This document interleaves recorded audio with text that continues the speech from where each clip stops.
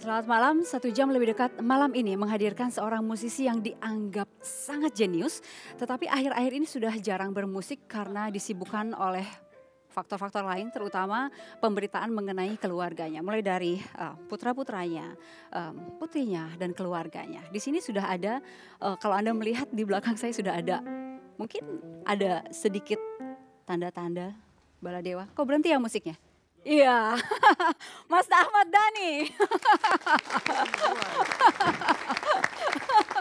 Itu tadi asalnya mau lanjut sampai 1 jam gitu. Kirain Tadi lagu apa aja tuh Mas? Yang mana? Tadi. Tadi lagunya David Benoit. Mhm. Benoit. Oke. Terus ada lagu, tahu lagu kita lupa tadi.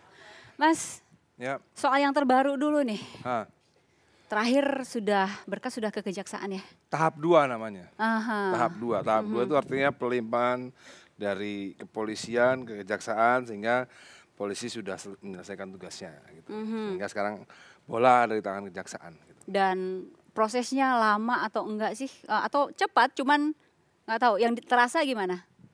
Ya cukup lah. Cukup. Nggak terlalu lama juga, nggak terlalu cepat juga. Putra ketiga nih dalam keadaan kondisi yang baik-baik saja gitu ya menghadapi Ya ini kalau semua. ini yang perlu kita support kan, anak umur 13 tahun mengalami hal musibah seperti itu kan cukup berat juga ya saya rasa ya.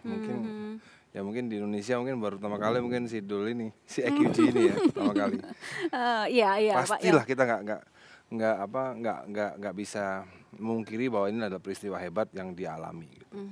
Dan semua orang tua terhenyak kaget mendengar pemberitaan yang luar biasa pada saat itu ya. Iya, Oke. pastinya. Oke, dan kondisinya sekarang sudah bisa jalan sehat, kaki sudah baik? Tulangnya udah mulai nyambung, ya, dia tinggal terapi ya, tinggal dilatih apa gerak ya, dilatih semakin banyak gerak karena selama ini kan di tempat tiduran nggak pernah gerak, jadi butuh exercise untuk supaya otot-ototnya sehat kembali. Karena, Balik lagi. Ya, karena kalau diam-diam aja juga nggak sehat. Gitu. Ini Mas, kan banyak yang bilang Ahmad Dhani ini musisi, tapi akhir-akhir ini udah jarang ya, udah jarang terdengar kiprahnya gitu, lebih banyak mengurusi si putra yang ketiga ini. Sebenarnya nggak juga, kita lagi melihat situasi kondisi industri musik yang lagi kolaps ya, lagi kolaps semenjak RBT dilarang tuh industri musik lagi kolaps ya tentunya industri musik lagi gak menarik lah. Gitu kan. Jadi lebih baik mengurusi hal-hal lain. Oke, mungkin untuk mengingatkan Anda kembali nih, pemirsa 1 jam lebih dekat, apa saja dan bagaimana yang sudah dilakukan oleh seorang Ahmad Dhani. Kami memiliki cuplikannya berikut ini.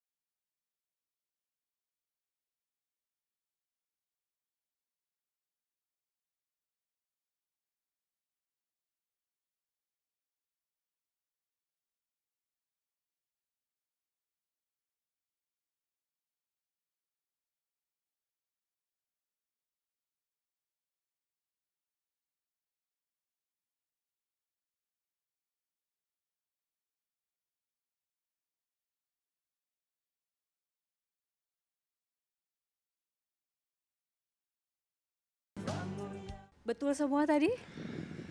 Sebenarnya itu ada apa keturunan Yahudi Ashkenazi itu. Apa itu? Itu aneh juga itu. Karena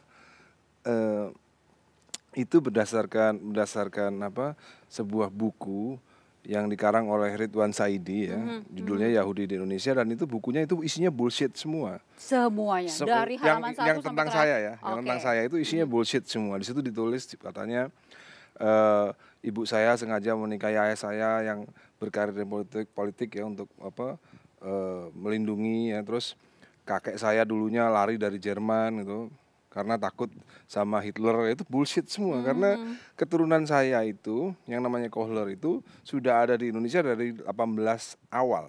Dari 1800 awal.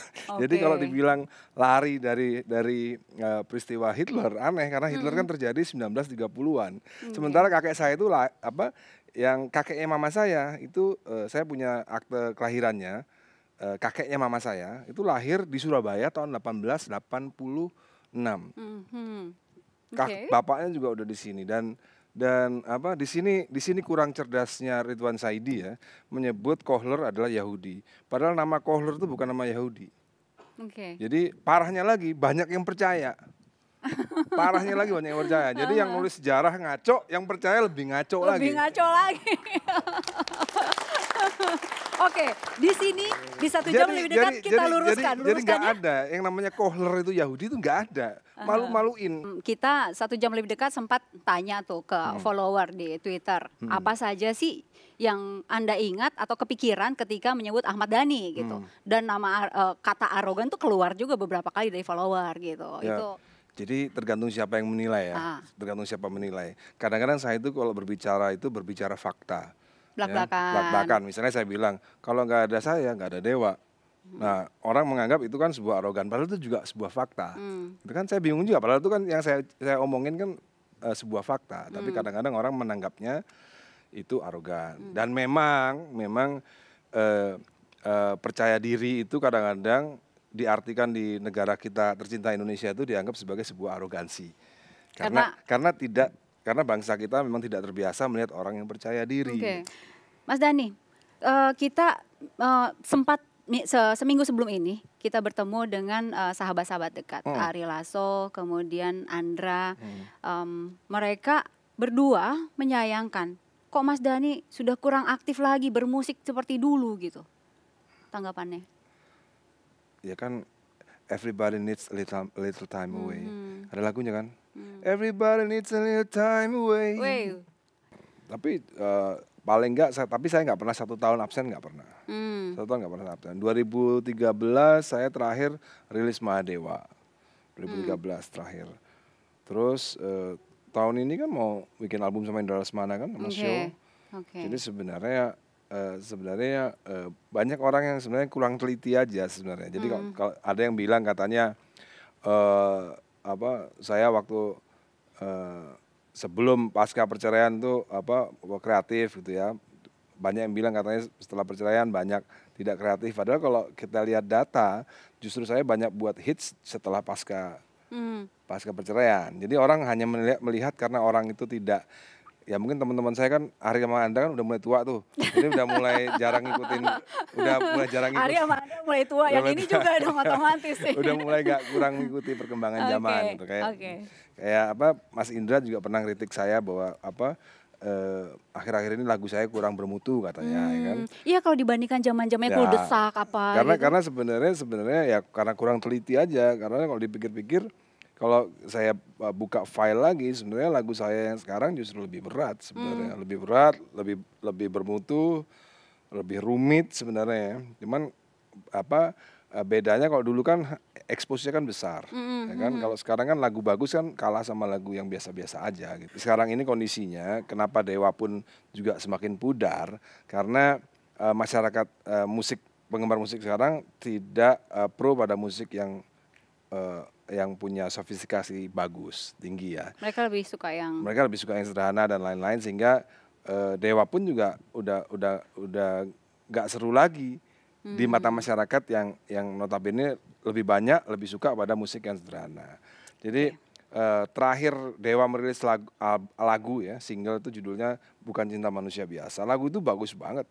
Lagu itu dari teknik aransemen, lagu itu bagus banget. Tapi respon masyarakat terhadap lagu itu parah. Yang otomatis jadi kita jadi sebagai musisi ya, jadi gimana ini ya. ya kan? Kita ngerasain, Once, saya ngerasain juga, semua ngerasain juga. Gitu, Jadi akhirnya baca pasar begini ikutin ya apa pasar maunya. begini ya kita istirahat dulu aja lah. Kan pasar memang ada fluktuasi kan, fluktuasi selera, ya kan, indeks selera. Jadi indeks selera lagi turun ya kita ya sebagai musisi yang bermain di musik bagus ya kita istirahat dulu. Mas Dani duduk di sini siap buka-bukaan kan? Siap. Siap ya, kembali saat lagi.